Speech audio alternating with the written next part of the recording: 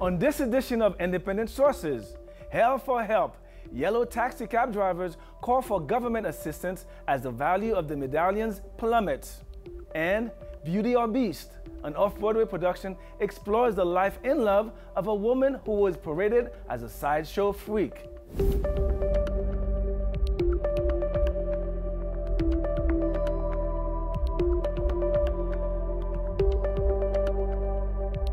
Independent Sources, your window to the city's ethnic and immigrant communities. Here's your host, Gary Pierre-Pierre. New York City yellow taxi cab drivers are up in arms over the plummeting value of the medallions. Once valued in the millions, these licenses to own and operate yellow cabs are now going for a fraction of their cost.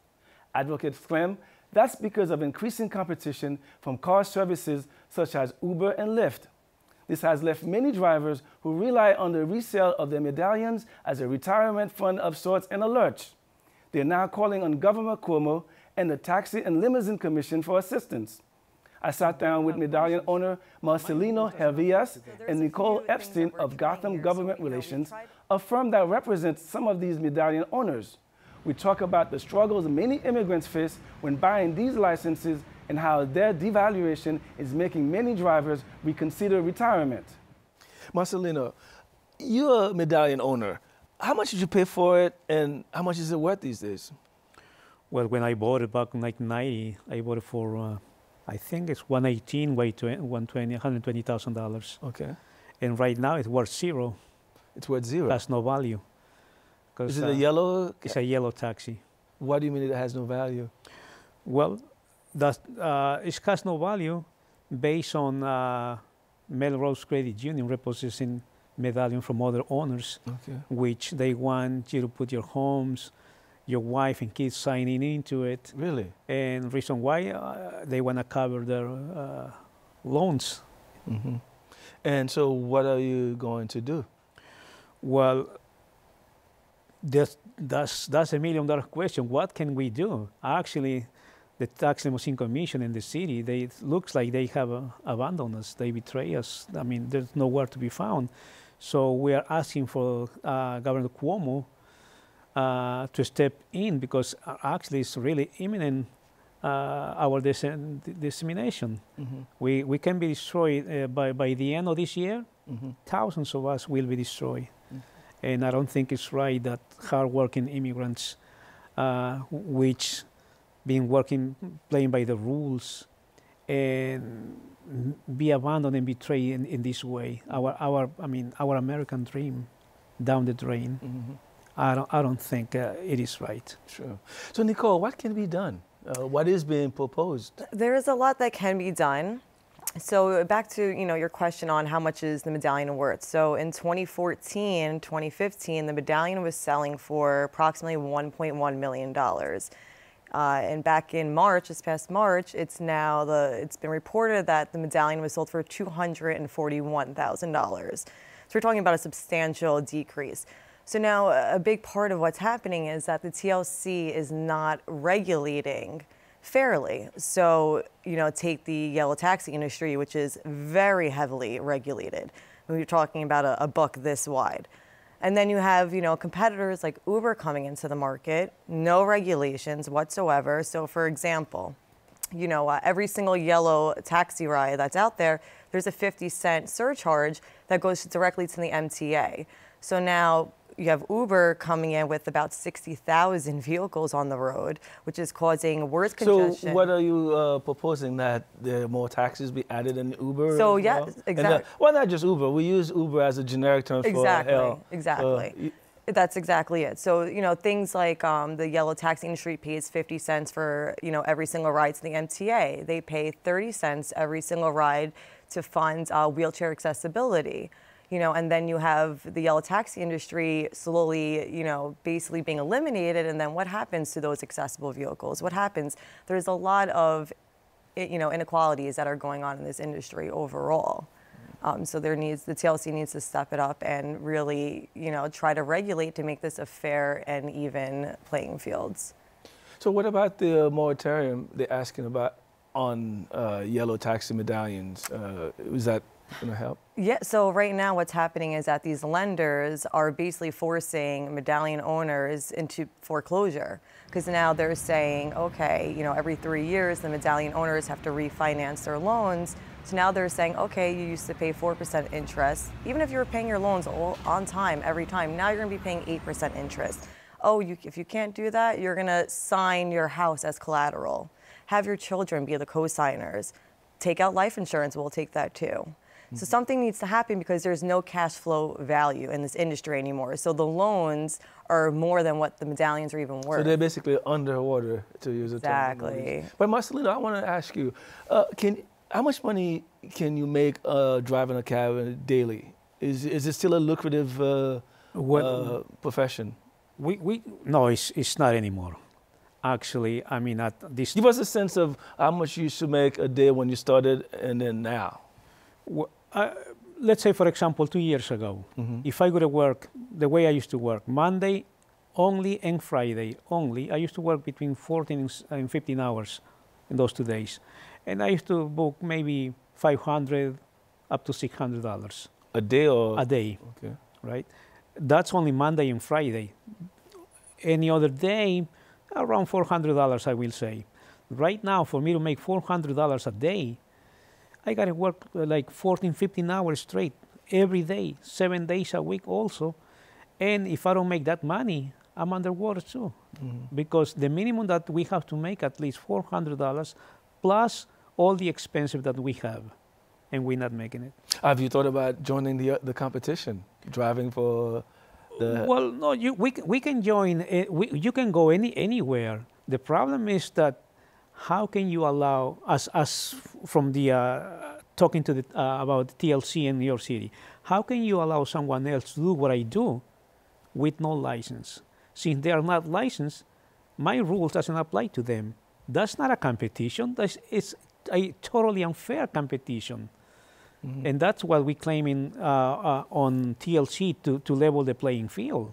Otherwise, what do we have?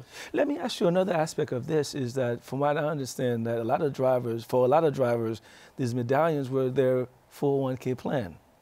Yes. Is that the case for you, and what happens now? We have nothing. Let's say, for example, I'm about to retire. If I want to, I got nothing. On July, I'm gonna know my future. If they don't refinance my loan, I'm out. If I'm out of work, I lose my home.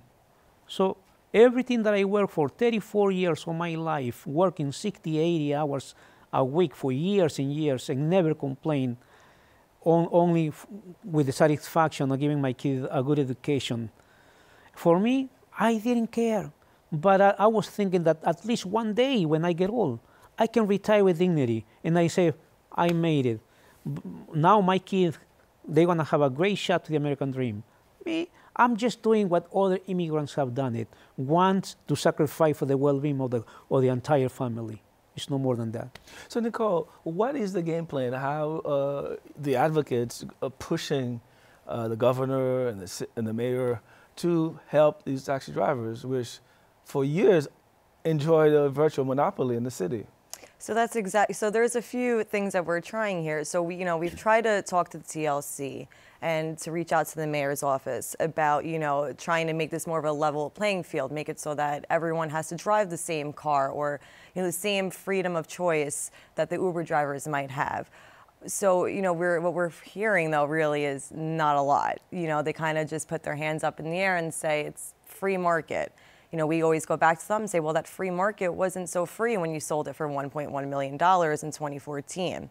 So now, by going through, we are always holding rallies outside of City Hall or, meeting with city council members, state elected officials, assembly members, senators. But now we're also, taking it to the legal system. Now we're filing lawsuits on behalf of these, medallion drivers against the city and the TLC, because the city and the TLC has a legal duty to protect the financial value of the medallion, which they have not been doing. How so? It's in the city charter and also in the TLC rules and regulations that the TLC, the Taxi and Limousine Commission, has been given the duty to protect the value. For numerous reasons. One being that you have 6,000 independent immigrant medallion owners that paid their life investments into the system, to have the right for the exclusivity of a street hail, and then that goes out the window. How sympathetic is the public? Because I know that for many people in this city, the yellow cab drivers are the enemy. It's very hard to find a cab driver, a cab to pick you up. And so are you getting sympathy from the riding public? So that's a great question, because what I've experienced through, meeting with a lot of different elected officials or representatives is that they have this idea of what a medallion owner or driver is. And to them, it's, a millionaire sitting on his big, fancy mansion somewhere. And that's just not the case. That's, you have over 6,000 independent owners out there who are just like you and me, who are just trying to get by every single day. So what we're trying to do as a part of our advocacy piece is to really, get everyone on the same page and understand the reality of what the situation is and who are we talking about here. And that's been a huge battle for us. Well, we're talking about Marcelino. So you mentioned Melrose earlier. Where are they now? Are they in bankruptcy? They've been taken over by the Department of Finance of the state, and I think they have delegated the management, I think, to the Fed. Okay. It's a federal, Federal, yeah. So it's under trusteeship or receivership? So now the National Credit Union Administration, which is a federal regulator, has basically taken over Melrose Credit Union, and they're basically running the union. And since they've taken over is when all these issues have really come up, where they're giving out these ridiculous and unreasonable loan agreements and trying to make these people agree to things that are just not possible. Unfortunately, we're out of time. Nicole Epstein, Marcelino Herbias, thanks for joining us. I really appreciate that. Us. Thank you. Thank you. Still ahead on the show, Men versus Nature as Rehabilitation Therapy.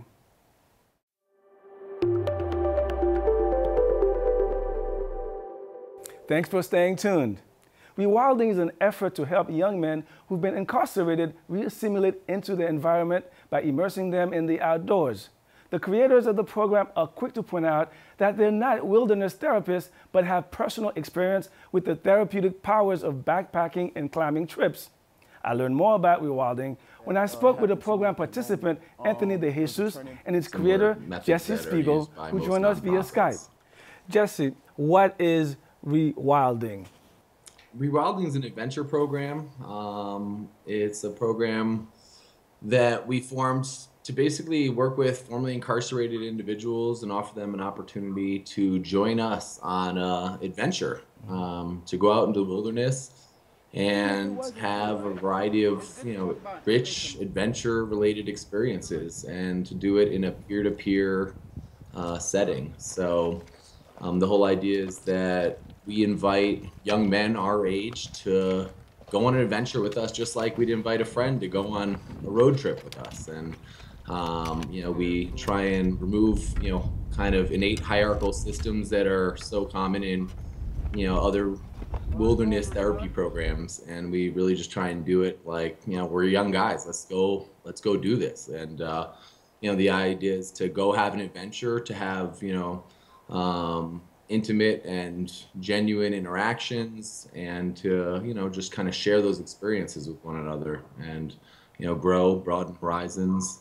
I guess this is a play on the word wilding, which in many instances, some people, is a bit of a loaded term. Have you gotten any sort of like blowback from the term? We have not.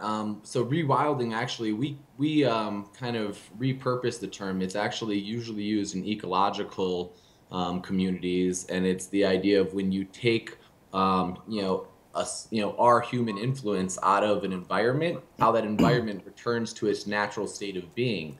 So, when, for instance, we hunted wolves, the entire ecological setting changed. When we reintroduced wolves and it went back to its natural state, it returned. Mm-hmm. And so rewilding to us is returning to our natural state of being, uninfluenced by media, uninfluenced by cultural norms, returning to our kind of natural, innate ways of being, feeling, which is really, I think, focused around love in our program. Being able to communicate openly and honestly, and being able to, also receive communication openly and honestly. Okay. So Anthony, how did you meet up with Jesse to join the program? Well, I had a mentor by the name of Andre who actually found the program on the internet, and he knows me and my experiences in life, and knows I haven't done much, and said, hey, it might be a great opportunity for you. You should sign up for it. Mm-hmm. I hesitated at first, I'm thinking, it's like a lottery thing, and what's my chances? I'm like this average kid, but I believed in what he said, and I gave it a shot. I signed up, and like in no time, I received a call from Jesse. Did you have to pay, or did it cost you anything? No, just a little bit of time. Okay. And after that, it was on. We have a clip of you. Where was that? Well, we did a number of exercises in different places. We started off in Colorado. Well, we actually started, doing some things in New York, taking me to a couple gyms and things like that, and getting me in the swing of things to say, hey, this is what's to come. And then we went to Colorado, but we kind of went everywhere and exercised and did everything we learned in the beginning and took it with us everywhere. So we're gonna take a look at the clip of you climbing a mountain. Oh, you're fine. That rope is so strong, man. Let go of your hands. Just hang. Breathe. Yeah. I know what happiness is now, and it's just truly fighting through those things that hold you back from, excelling in your life, mentally, physically, and spiritually. Yeah. Keep moving, buddy. Ow! Keep going. Yeah. What was that like? Man, that was one of the key transitional pieces that happened to me at that moment. It was a turning point. I pushed through more than I've ever for anything, and very emotional, super emotional, and tons of support. It was just like a bunch of things that I missed in life all happened at once. Wow. I took on a task.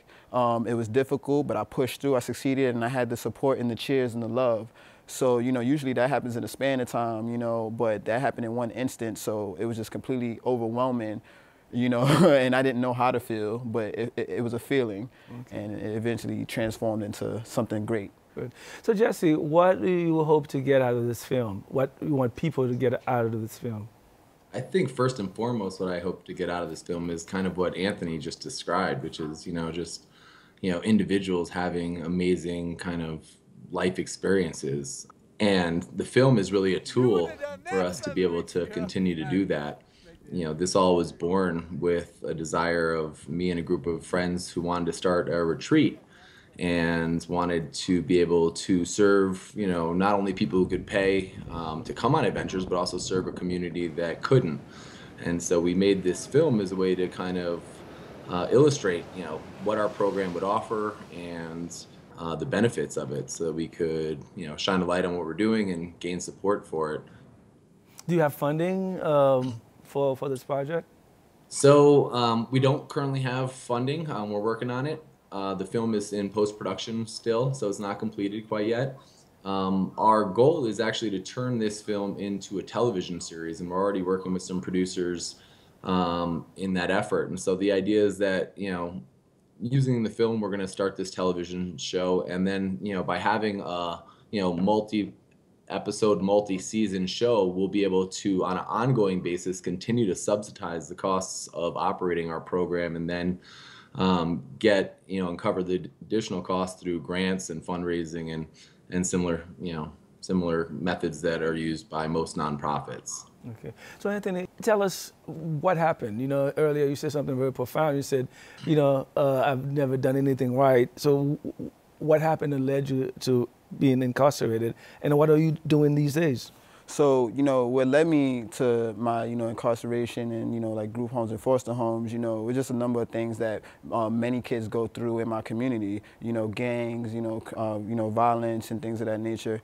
And, basically that was my trajectory, it was my born path, I kind of already had a desire to want to change and help people to change. So it was natural for me to come into what I'm doing now, which is working with young adults for this not-for-profit agency, Friends of Violent Academy. Okay, and then you are trying to get them on a straight and narrow path and sharing your stories with them? Yeah, absolutely. You know, that's what I'm about. You know, it's just to help them first find what their desire is and what their art is, and you know what are the things that they love, and then help to transform that into something that they could take into their communities and use and build, and even hopefully with a business and just a ton of things they can do with something that's inside of them. You know, that's personal. You know.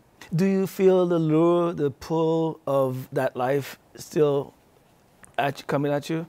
Not necessarily, you know, the behaviors as far as like going back to dealing and gangs and things of that, but you know, the music and the fashion and all of those things play into that, and those are kind of the temptations to say, damn, you know, let me not wear this type of clothing anymore, let me not get this type of haircut anymore, you know, because those are the things that I got from the streets, and you know, I want to change, you know, but those type of things, yeah. Okay, so Jesse, how do you vet the members into the program? Well, we basically reached out to the leaders of these different programs and, you know, informed them, you know, we've got an opportunity here for your young men.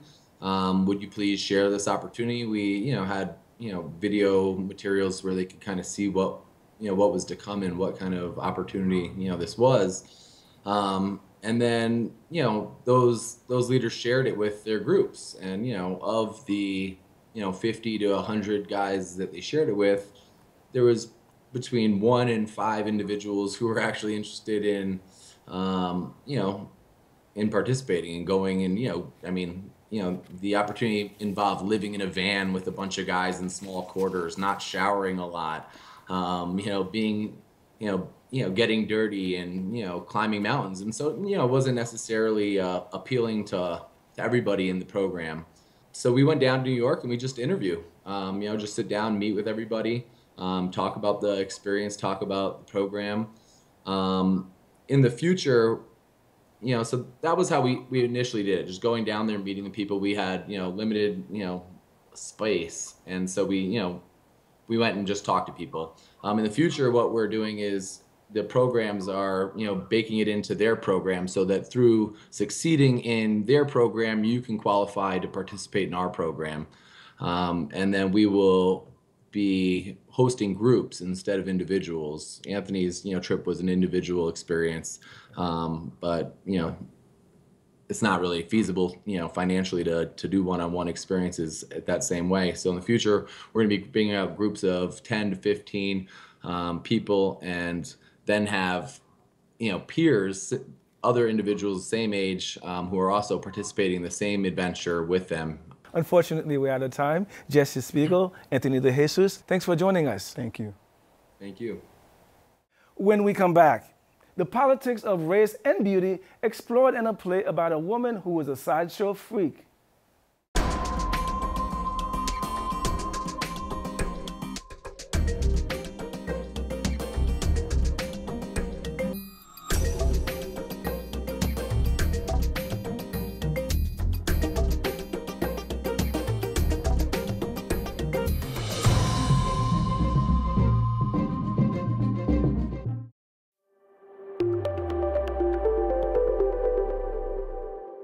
Finally from us, Venus is an off-Broadway revival of a play written by the Pulitzer Prize-winning author Suzan-Lori Parks. It explores the life of Sarah Bartman, a South African woman whose body was both a bane and a boon. Zyphus Lebrin has the details. The play Venus tells the story of Sarah Bartman, a buxom and curvaceous South African woman who was lured from her country with promises of fortune and fame. Once in Europe, she found herself equally revered and reviled for her perplexing proportions. She became known as Venus Hottentot, a sideshow freak that toured Britain as one of the 9 human wonders. She thought she was going there to be a dancer, and she ended up in freak shows. This is around the time when human zoos were very popular and freak shows were really the height of entertainment, and so she was displayed across Britain and Europe. It was also a time in world history when scientists had zoomed in on Bartman's tribe, the Khoikhoi, for their physical attributes. It was a confluence of the timing and all of that, because at that time we were seeing the birth of racial science, it was really starting to take off at that time. So she came along at that time where there were already people, scientists, looking to find the missing link between man and ape, and they'd for some reason zeroed in on the Khoi people. Ja, who has a very slight frame, has to don a bodysuit to play the voluptuous vixen. She says that it's really helped her get into the character's mindset, who was always being ogled and prodded, as well as make a connection with the audience. They watch me transform into this other person, and so I don't have to do any sort of like twisting myself or mentally. It just happens immediately.